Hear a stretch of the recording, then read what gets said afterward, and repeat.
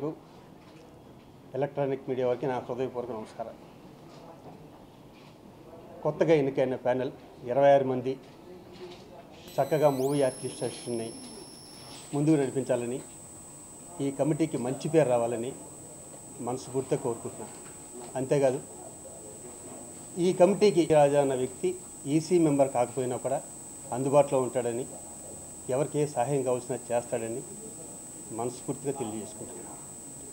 ఇంకా శివాజీ రాజా ప్యానెల్లో 15 మంది ఎన్నికవడం జరిగింది. అది చాలా సంతోషించదగ్గ విషయం. అలాగే లేడీస్లో హేమ ఇండిపెండెంట్గా గెలవడం జరిగింది. జీవిత రాజశేఖర్ గారి ప్యానెల్లో కనవ 9 మంది గెలవడం జరిగింది. ఈ 26 మంది ఒకే తాటి మీద, ఒకే మాట మీద పేద ప్రజలకు అందుబాటులో ఉంటారని, ఎల్లవేళలా కృషి చేస్తారని నమ్ముతూ అందరికీ ఆల్ ద బెస్ట్ చెప్తూ, విజయవంతంగా మీరు అనుకున్న పనులు పూర్తి చేయాలని, దానికి ఇండస్ట్రీ నుంచి అందరి సహకారం అందుతుందని కూడా నేను మనస్ఫూర్తిగా నమ్ముతున్నాను. ముఖ్యంగా ఈ ప్రెస్ మీట్ పెట్టడానికి కారణం ఏంటంటే, న్యాచురల్గా నాకు నిజంగానే ఇష్టం లేదు ప్రెస్ మీట్ పెట్టడం, కానీ పెట్టవలసిన పరిస్థితి వచ్చేసింది. అందరూ అడుగుతుంటే నేను ప్రతి ఒక్కరికి సమాధానాలు చెప్పలేకపోతున్నాను. ఏమనంటే, నా మీద ఎలక్షన్ అయిపోయాక నగ్గాక ఒక అధ్యక్షుడు కానీ, ఒక జనరల్ సెక్రటరీ కానీ హోందాగా ప్రవర్తించాలి. అది వాళ్ళ మనస్తత్వాలను బట్టి ఉంటుంది. హోందాగా ప్రవర్తించడమా, లేకపోతే చిల్లరగా ప్రవర్తించడం అన్నది. హోందాగా ప్రవర్తిస్తే ఆ రెస్పెక్టే వేరేగా ఉంటుంది సభ్యుల మధ్యలో. ఎందుకంటే మనల్ని ఎంతో నమ్మి మనల్ని ఎన్నుకున్నారు కాబట్టి ఆ హోందాతనం ఎప్పుడు మనం కాపాడుకుంటూ ఉంటేనే మంచిదని నమ్ముతున్నా. మూవీ ఆర్టిస్ట్ అసోసియేషన్ దయచేసి రోడ్డు మీదకి తీసుకురాకండి. నాతో సహా రోడ్డు మీదకి తీసుకురాకండి. ఎందుకంటే ఇంతకుముందు ఎప్పుడు మూవీ ఆర్టిస్ట్ అసోసియేషన్లో రాజకీయాలు వచ్చి పడలే. లాస్ట్ 4 years నుంచే మూవీ ఆర్టిస్ట్ అసోసియేషన్లో రాజకీయాలు స్టార్ట్ అయింది. అది మనసు కొంచెం బాధ అనిపిస్తుంది కష్టపడే వ్యక్తికి. ఈ మాట ఎందుకంటున్నానంటే,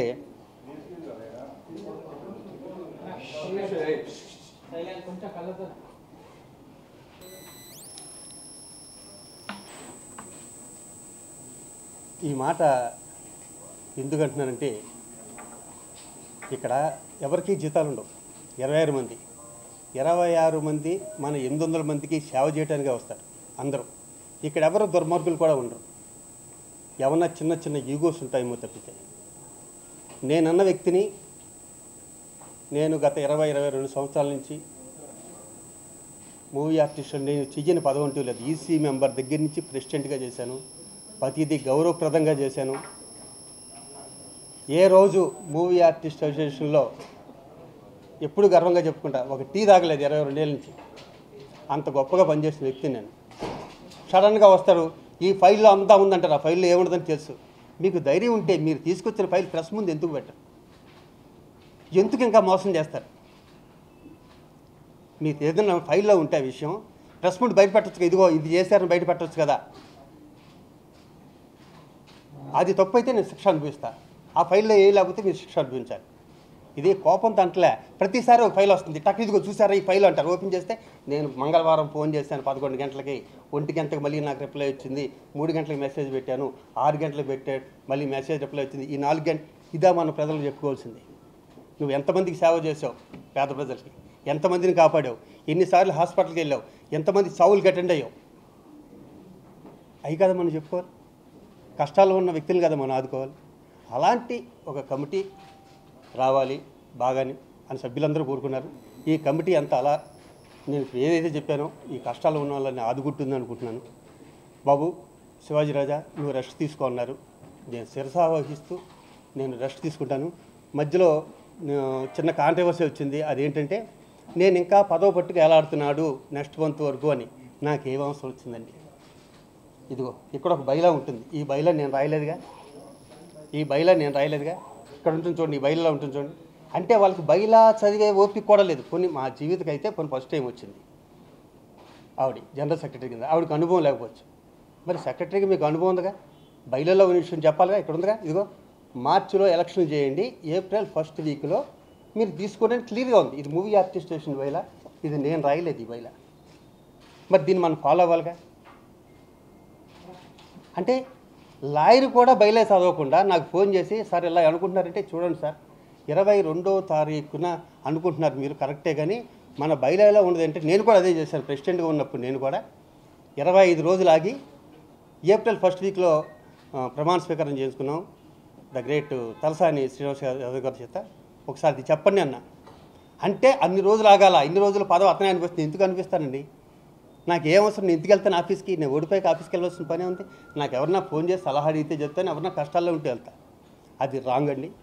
నేను బైలా ప్రకారం చెప్పాను, వాళ్ళు రాంగ్ అర్థం చేసుకున్నారు. ఈలోపే వాళ్ళు ప్రెస్ మీట్ పెట్టేసారు. ఇది ప్రెస్ మీట్ పెట్టవలసిన అవసరం ఉంది దాంట్లో.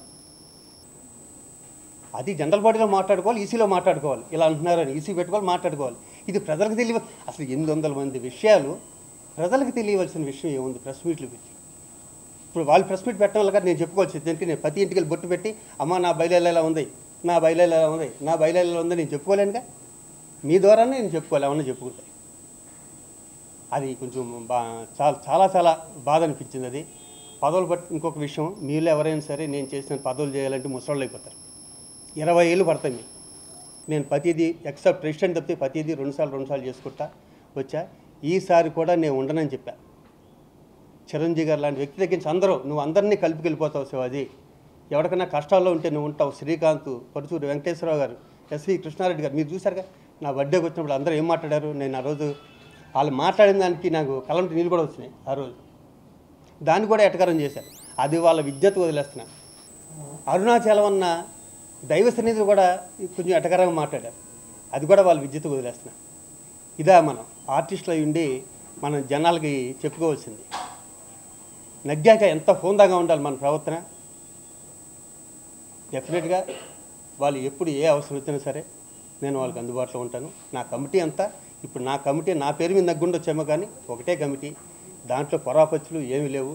ఇంకా ఒక్కొక్క విషయానికి వస్తే, మొన్న ఎలక్షన్లో కూడా అమెరికాలో ఏదో అన్యాయం జరిగిపోయింది అంటున్నారు. అరే చిరంజీవి గారు లాంటి వ్యక్తి అధ్యక్షతన దగ్గుబాటి సురేష్ బాబు గారు, కేఎల్ నారాయణ గారు, భరద్వాజ గారు, ఇండస్ట్రీలో ఉన్న పెద్దోళ్ళందరూ ఏం అన్యాయం జరిగిందని కమిటీ వేసి ఆడిటర్స్ని వేసి ఒక నెలలు కుస్తీ పడితే పైసా జరగలేదు. పైగా వేరే ఇంకా 34,000 లక్షలు అడ్వాన్స్ తీసుకొచ్చి శివాజీ రాజా, శ్రీకాంత్ దాంట్లో వేశారని చెప్పాక కూడా ఈ మాట అంటాం చిరంజీవి గారిని అవమానించినట్టు కాదు ఈ మాట అంటాం. మీరు కూడా ఏమాత్రం వీలున్నా ఈ విషయం చిరంజీవి గారిని అడగండి. సార్ మీ అధ్యక్షతన శివాజీ రాజా, శ్రీకాంత్ అమెరికా వెళ్ళినప్పుడు ఏమన్నా జరిగిందా అని. ఇప్పుడు గర్వంగా చెప్పుకుంటా, చిరంజీవి గారి ఎల్ఏ నుంచి డాలస్ వరకు ఆయన సొంతంగా చార్టెడ్ ఫ్లైట్లో వచ్చాడు డబ్బు కట్టుకుని. ఆయన సొంతంగా వచ్చాడు చార్టెడ్ ఫ్లైట్ డబ్బు కట్టు. మేము చెప్పాము ఆ విషయం.